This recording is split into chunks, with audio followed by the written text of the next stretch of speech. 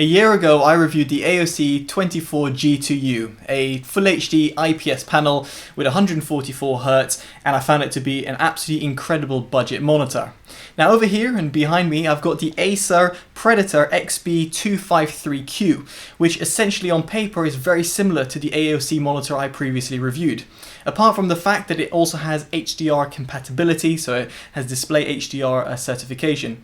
Now if you're interested in the AOC monitor that I'm talking about, or indeed in this monitor, the links in the description below will take you to your localized Amazon store where you can potentially purchase one of these monitors, and furthermore down there you'll find a link to my Instagram, so do give me a follow if you do use that social media platform, and very much appreciate it. And if you're interested in all electric or hybrid news or reviews, do check out TotallyEV. Your support is also very much appreciated. So first and foremost, let's talk about the specs. Now as I mentioned, the AOC monitor is very similar, and you'll see why. This is a 24.5 inch monitor. It runs Full HD, so 1920 x 1080p at 144Hz. It has a quoted response time of 1 millisecond. It also has a quoted brightness of 400 nits. It is also a monitor that has 2 x 2 watt speakers. It has HDMI and DisplayPort inputs, and it's also got a USB 3.0 hub, and conveniently Acer have actually integrated 2 USB on the side of the monitor, which normally is only found underneath, which is pretty much inconvenient for flash drives, for example. And as I mentioned before, this is a display HDR 400 certified monitor, so therefore it does accept an HDR signal. For those people who are console gamers, for example, you might be interested in this, but we'll touch upon the HDR performance in just a bit. So with the specs aside, let's talk about the build quality and design. Now first off, it's worth knowing that this monitor has a 3-side borderless design, which therefore means this 24.5 inch monitor doesn't take as much space on your desk, which is great. It's also nice to see that this monitor has a 3-prong stand, which is pretty sturdy and provides all the adjustments that you need. So height, tilt, swivel and rotate, and yes, you can rotate it 180 degrees, and it's great to see this because it means that it can be used in potentially multi-monitor setups. It is quite a little bit odd, to say the least, that there is a headphone stand at the back of the monitor. I can't really see where this would be applicable other than, like, let's say a LAN tournament, but nevertheless Acer have decided this would be a great idea. I think it would have been better placed on the side of the monitor. But aside from all of this, I don't think most people will be actually caring about this, and in fact will care about the fact that the stand is sturdy and provides all the adjustments that you need, and here it's definitely a plus point of this Acer monitor. And now we get onto the OST, which can be accessed through a joystick found at the bottom right of the monitor, and behind it, shall I say. Now in the picture mode, you've got a variety of different options. The HDR setting over here allows you to go for display HDR 400 and the auto mode, so in case you're interested, and the brightness settings and such are over here. In the color mode, you've got a variety of different color temperatures that you can flick through. I would probably suggest most people to either use it on user mode or on the warm mode, depending on your preference. The color spaces, there are a variety of different color spaces, and you can see sometimes when you go into a certain mode, it does turn off the monitor, so just worth bearing that in mind. So for example, there it entered the HDR color space, but most people will be perfectly happy with the standard mode that you'd be using rather than the rest of the other modes that are included. But again, that depends on the user that's going to be using it. We'll be talking about the sRGB mode in a bit in the image quality section of this review. It's worth knowing the sRGB mode doesn't lock the brightness, which is great to see. Moving past that, we've got the audio. In terms of the audio, you've got built-in speakers, so therefore you can have the volume adjusted over here. They're not particularly good speakers, just worth bearing in mind that it does have them in case you want to use them for basic Windows notifications. In terms of the gaming settings, however, this is very important. I would highly suggest using overdrive on extreme, and we'll talk about this in the gaming section of this review, including the ultra low latency mode. Now in terms of adaptive sync, in my case as a competitive gamer, I don't like using adaptive syncs because that can induce a little bit of extra input lag, so I disable it. But of course, if you do want that and tear-free gaming, then enable that, and we'll talk about that in, well, the appropriate section as well. Now VRB is disabled, and you can see it's grayed out, and that's because the monitor is running full HD at 144Hz. If you were to run it at 120Hz or 85Hz, this option becomes non-grayed out, and therefore you can use it. This will also limit brightness, and again, we'll be talking about this in a separate section.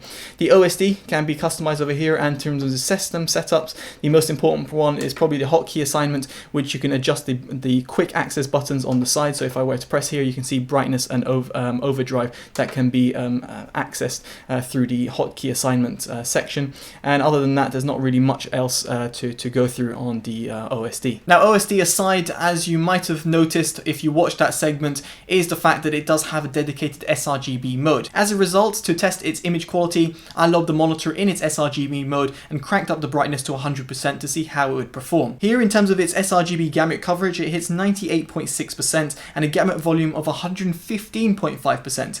In other words, it's a little bit overzealous, and you'll be able to see on your screen in terms of how that looks like. Now, in terms of color accuracy here, I was actually a little bit disappointed given that its AOC counterpart is pretty much pinpoint accurate in its sRGB color space. And here, the average delta E is 1.68 with a maximum delta E of 6.93, and you can see that it's a little bit off in terms of its red colors. Similarly, in terms of its contrast ratio, it's average. It's 1100, 1200 to 1 for an IPS panel. It's perfectly fine. Nothing to really complain about over here. And in terms of overall brightness, it gets up to around 400 nits. Now, in terms of 400 nits, this can depend on terms of the setting that you use. So if you were to ramp down the brightness all the way down, you get around 70 nits. And if you were to enable VBR mode, which I mentioned before, it will limit brightness on its normal mode to around 86 nits, and in its extreme mode to 66 nits, so it even gets even darker than its 0% brightness level. So all worth bearing in mind. And the thing which really kind of took me by surprise is the fact that its brightness uniformity wasn't actually that good. Of all the monitors I've tested, I've very rarely seen a monitor that actually hits quite low in this respect, and given this monitor is, well, very similar to the AOC that I've previously reviewed, and I know this can be panel lottery, but this Acer monitor just didn't perform that well in its brightness uniformity. Furthermore, in terms of backlight bleed, you can see on your screen that the backlight bleed is apparent in the top right and bottom corners of the monitor. In fact, pretty much across the corners of this monitor really does suffer from backlight bleed. Now, what does this all mean to a gamer? Well, truthfully, the monitor will be perfectly fine for normal viewing. You won't have a bad experience. The colors will pop outside the box. If you put it in the warm mode or in the sRGB mode, as I mentioned before in the OSD section, then you'll be perfectly pleased with how it performs. Even if you're a color editor or video grader, I think the monitor will be okay, not the best, but it'll be okay given its performance. Here again, the AOC alternative is just a better buy, just because it has, well, just that bit better of color accuracy, specifically here in the sRGB range. Now, moving past image quality, we've got gaming performance. So first off, let's talk about the adaptive sync capabilities. And here I had no issues running NVIDIA G-Sync, so yes, not FreeSync, on my RTX 2080 Super connected over DisplayPort to this monitor. I had no issues in terms of tearing, and I didn't have any sort of flickering issues or any sort of blacking out issues. This monitor seems to very much abide to its G-Sync compatible status, and the monitor therefore will give you tear-free gaming experience, be it on NVIDIA graphics card if you've got the appropriate graphics card and connection, or if you've got an AMD graphics card and you've got a pretty good AMD FreeSync range. Now, moving past there, we've also got the compatibility with HDR. Now, this monitor does accept an HDR signal, but it's not really that impressive. Given it's limited to around 400 nits, it means that the monitor doesn't really bring out the best in terms of an HDR tone. While it is accurate and it does do a good job in reproducing an HDR10, being an HDR10 compliant monitor, I found that the monitor in Destiny 2, for example, just didn't really blow my mind. It just felt actually a little bit darker than it would normally do in its SDR compatibility. So your mileage may vary. If you have a console, I think you might potentially appreciate this feature more than I do, but as a PC gamer, I feel that this HDR compatibility is pretty much next to useless, and therefore I would suggest if you are even playing a game like Destiny 2 which supports HDR, I would disable it altogether and just play it on its SDR in its SDR mode, because you'll just get better color accuracy throughout the monitor. Now, while all of this is very important, I was very much intrigued to see how this monitor would compete in comparison to the AOC, specifically when it comes to competitive gaming. For someone who's accrued a lot of hours on Counter-Strike and someone who's reviewed over 160 monitors, and someone who actually uses an Acer monitor as a daily driver, I was actually pretty impressed in this respect. The monitor is very much suited for competitive gaming. In its extreme overdrive setting, there's very minimal overshoot, and therefore you don't get too much purple trailing. Of course, you can dial it down if you're playing more graphically intense games, but for competitive gamers like myself who play, let's say, Counter-Strike or let's say Valorant, then you'll be perfectly happy with its performance in terms of, well, the minimal ghosting that you get.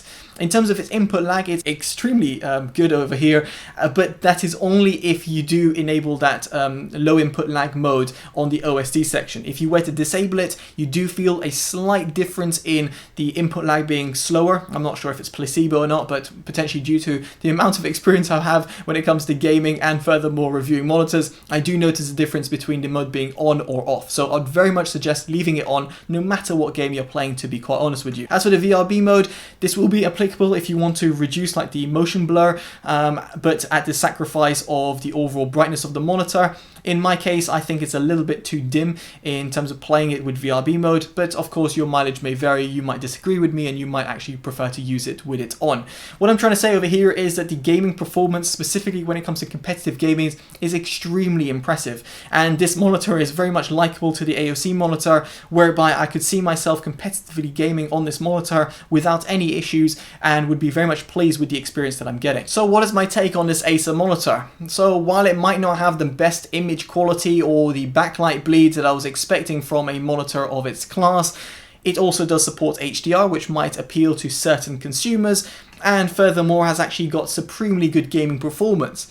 The main problem over here is that the monitor can be found for around £280 in the UK and around $280 in the US. At which point, the AOC monitor that I've been referencing throughout this review can be found for around £100 cheaper, at least in the UK.